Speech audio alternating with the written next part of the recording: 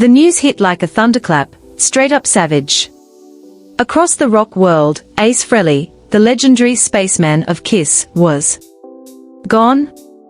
At 74, his light faded quietly in New Jersey, low-key and heavy, surrounded by those who loved him most.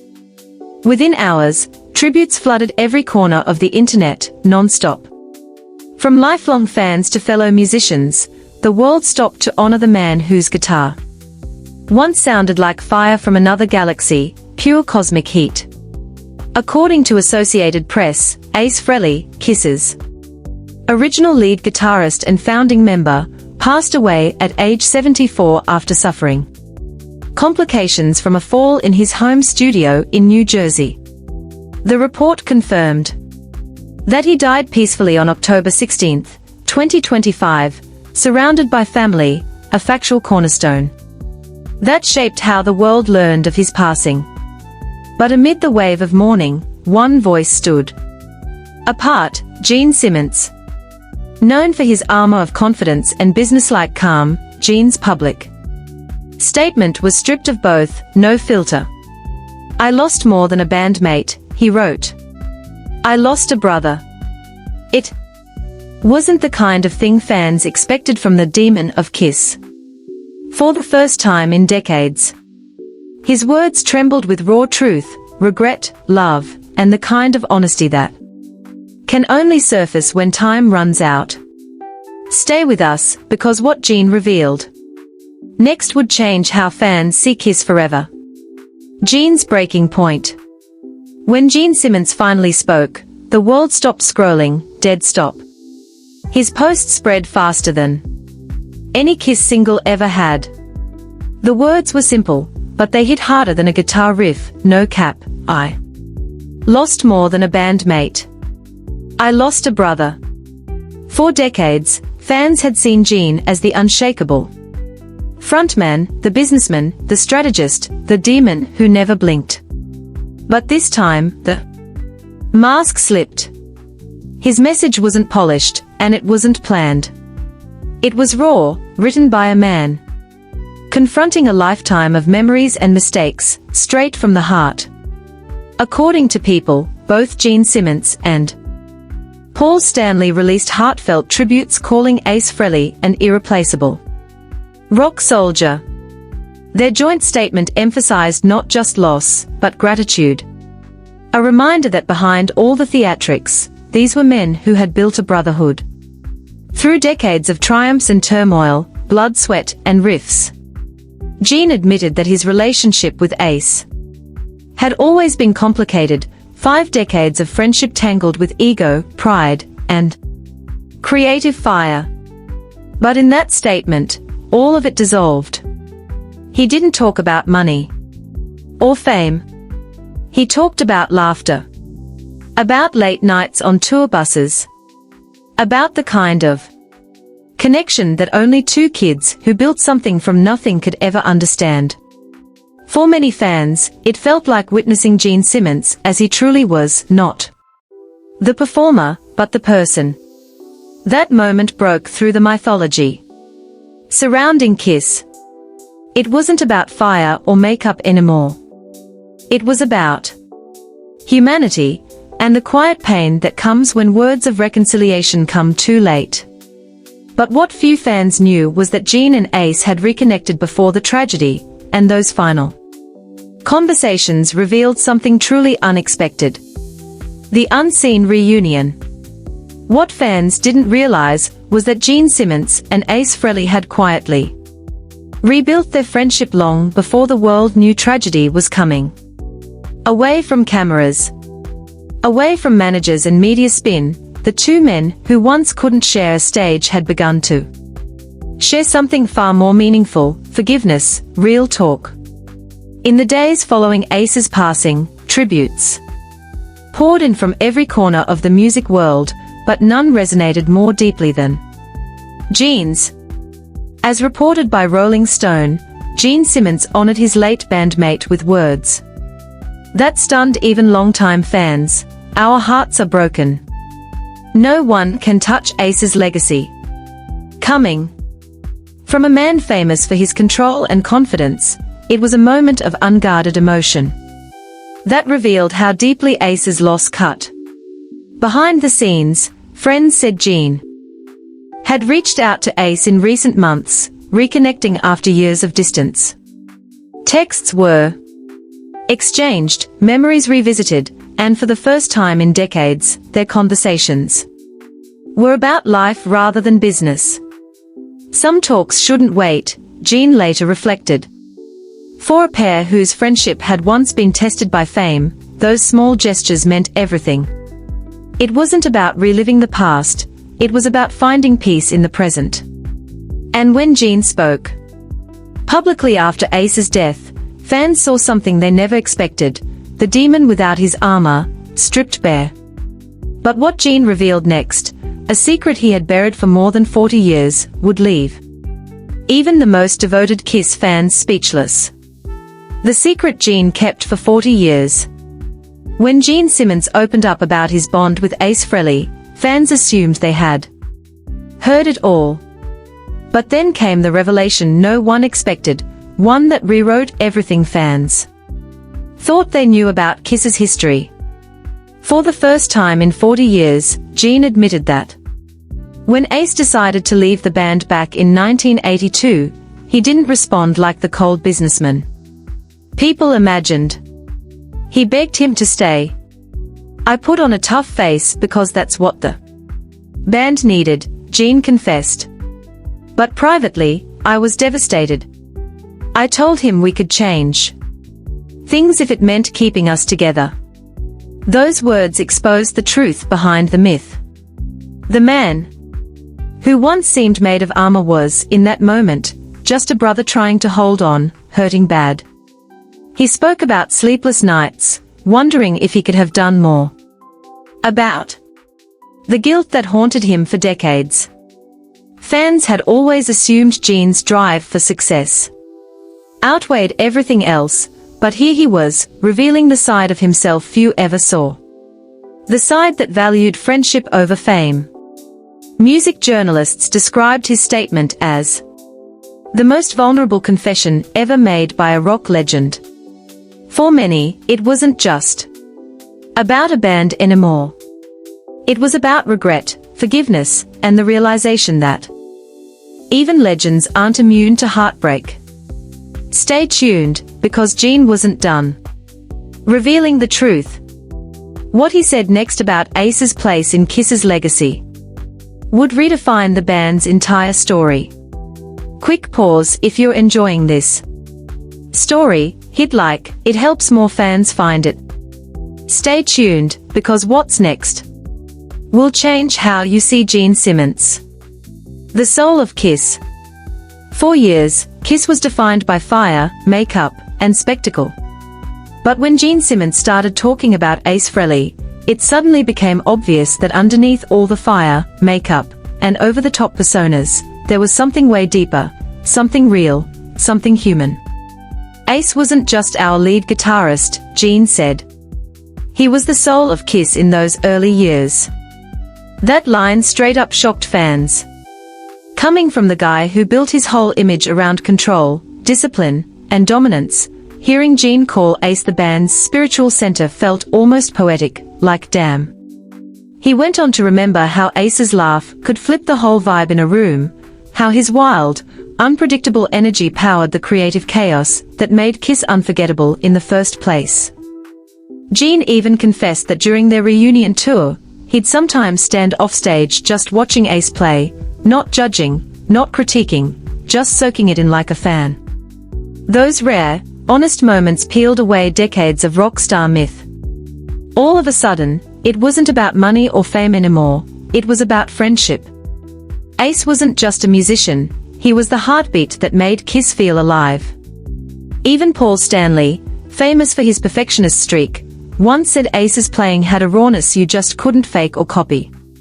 It wasn't about being technically perfect, it was about feel, instinct, and straight-up soul. And for Gene, that truth hit the hardest after Ace was gone. The world saw a frontman grieving a guitarist. But in reality, it was one brother mourning another, finally admitting that the band's real power wasn't built on contracts or business moves, but on the spirit Ace poured into every single note. What came next would show just how deeply that loss shaped Gene's next chapter. The regret that haunted them. Even while Kiss was out there conquering the world, there was one stage Gene Simmons could never step back onto, the one he shared with Ace Frehley in the very beginning. Years later, that missing moment still haunted him. "My greatest regret," Gene wrote, "will always be that the four of us never stood together one last time." That confession carried the heavy weight of 40 years filled with missed chances, ego, and silence. He admitted they tried, private conversations, behind-the-scenes talks, quiet negotiations, even offers that never made it public. "We all wanted it, but business got in the way," Gene said.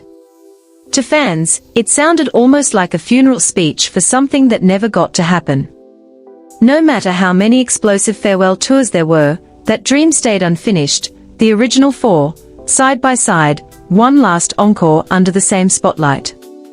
Paul Stanley later backed this up, saying Gene brought up the idea of one final reunion again and again, even when others thought it was impossible.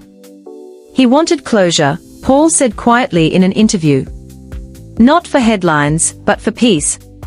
That craving ran deeper than nostalgia or fame. It was the pain of unfinished history, of a brotherhood too broken to fix before time ran out. And when Ace passed away, that final chance disappeared with him. In the silence that followed, fans realized Gene's grief wasn't just about losing someone, it was about everything that was never said. But before Ace's story closed, it started in the most unexpected place. A gritty street in the Bronx. The kid from the Bronx. Long before the fame, before the silver makeup and the roar of packed stadiums, Ace Frehley was just a Bronx kid trying to survive and find his lane. Born Paul Daniel Frehley in 1951, he grew up surrounded by both music and trouble. His father played the church organ, his mother loved the piano, and his brother and sister also picked up instruments. Their small home was full of melody, but once Ace stepped outside, life hit harder. The Bronx in the 1960s was no joke, and Ace walked a risky line. He got kicked out of schools, crossed paths with gangs, and drifted into trouble that could have swallowed him whole. Then one Christmas morning flipped everything. A cheap electric guitar under the tree lit a spark nobody saw coming. Ace locked himself in his room for hours, teaching himself riffs from The Who, Led Zeppelin, and Jimi Hendrix. That guitar became his lifeline.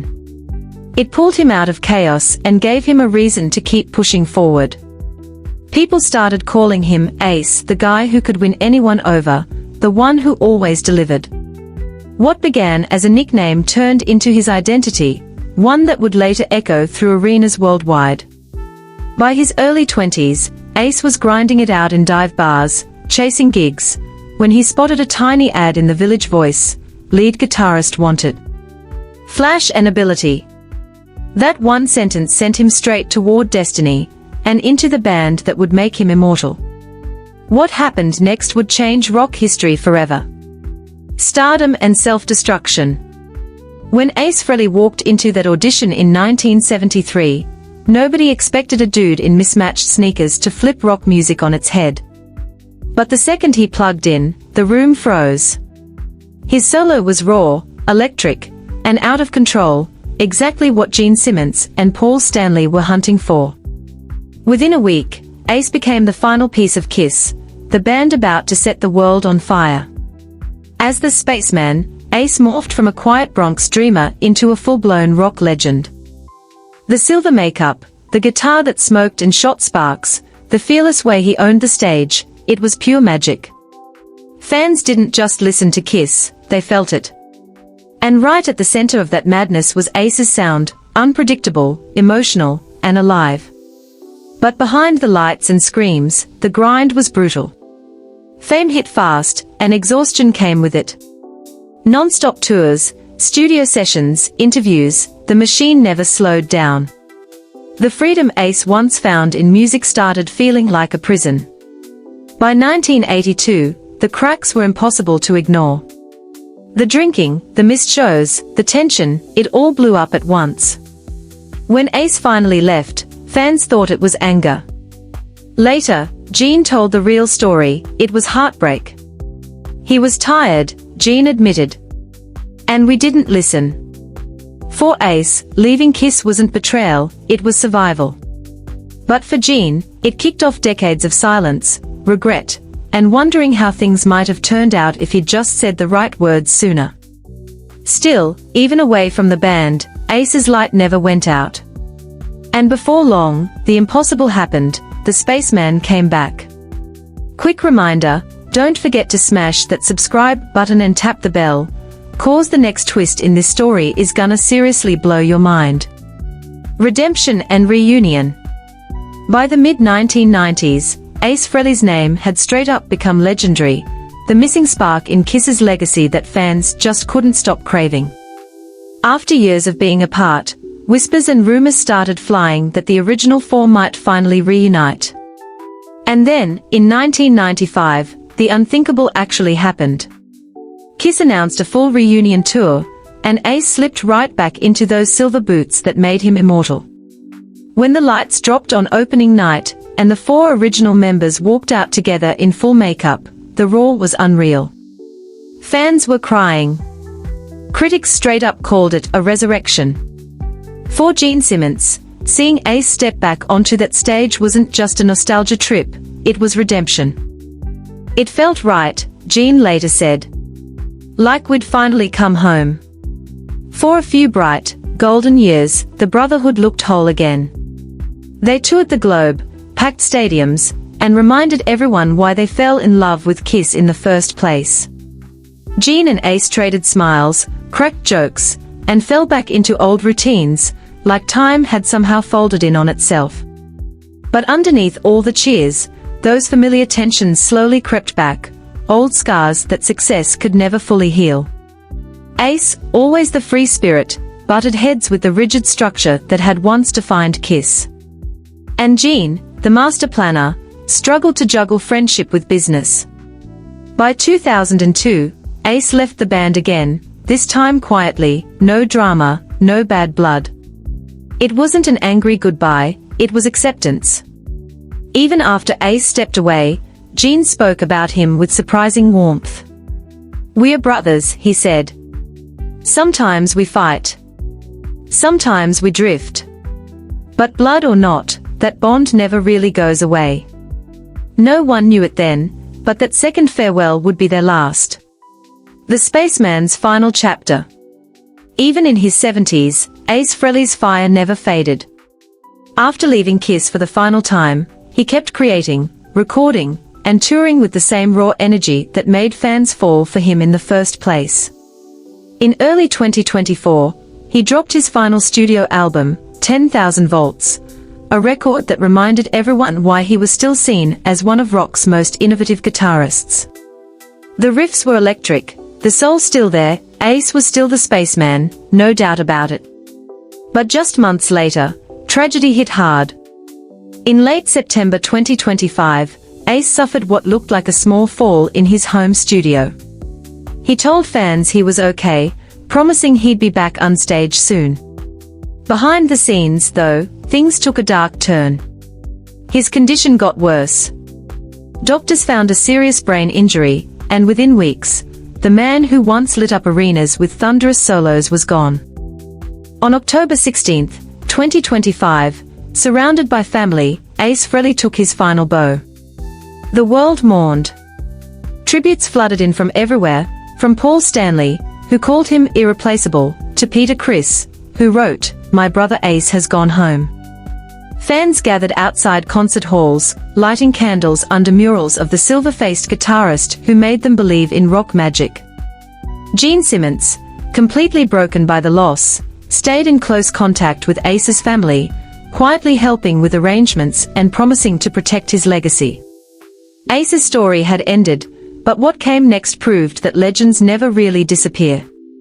Because in the days after his passing, Gene Simmons made a move that shocked even longtime fans. The legacy restored. When the news of Ace Frehley's death broke, the silence from Kiss was loud, until Gene Simmons acted in a way that spoke louder than any words ever could. Within hours, all official Kiss accounts turned black. The iconic lightning logo faded into silver, and 3 simple words appeared everywhere: "Forever Spaceman." This wasn't some PR move, it was pure, raw mourning. Behind the scenes, Gene and Paul Stanley told their team to restore Ace's performances across every digital platform. Old concert footage, interviews, and live solos that had been buried for years suddenly came back into the light. Gene's message was crystal clear: everything connected to Ace stays up, no edits, no replacements, no cuts. For fans who always felt Ace's legacy was pushed aside by the band's image, this felt like real redemption. Music historians called it one of the most genuine tributes in rock history. Even critics, who once labeled Gene as all business, had to admit they'd never seen him this open. He wasn't guarding a brand anymore, he was guarding a brother's memory. Paul Stanley later shared that Gene personally oversaw every single change. He wanted to make sure Ace's spirit lived on in every corner of Kiss history, Paul said. It was his way of saying sorry, and thank you. For the first time in years, Kiss felt united again, not as a band, but as a family honoring one of their own. And in that unity, Gene finally found peace, a peace he'd been chasing for decades. The eternal flame. As the final chords of Ace Frehley's life faded out, something powerful remained, a light that just wouldn't go dark. Around the world, fans gathered in clubs, stadiums, and online spaces to celebrate the man who turned rock into something cosmic. Murals popped up overnight, tributes filled the streets, and radio stations blasted New York Groove on repeat, like they were trying to keep him alive through sound alone. Gene Simmons, once the unbreakable fortress of Kiss, became its heart. His final words to Ace went viral: "Wherever you are, Space Ace, save me a spot in your band. I'll bring the bass, you bring that laugh that could light up any room." For a man known for fire and power, those words burned with something way deeper: love. In the end, the story of Gene and Ace wasn't about fame, makeup, or money. It was about brotherhood, 2 New York dreamers who built a universe together, lost each other along the way, and somehow found peace before the curtain dropped. And as fans keep playing his music, one truth still stands: legends don't die, they echo. Ace Frehley may have left this world, but the sound of his guitar still flies beyond the stars, eternal and untouchable. If Ace's story hit you in the feels, keep his flame alive, drop your favorite memory or song in the comments, hit like, and subscribe for more stories about the legends who shaped our world of music.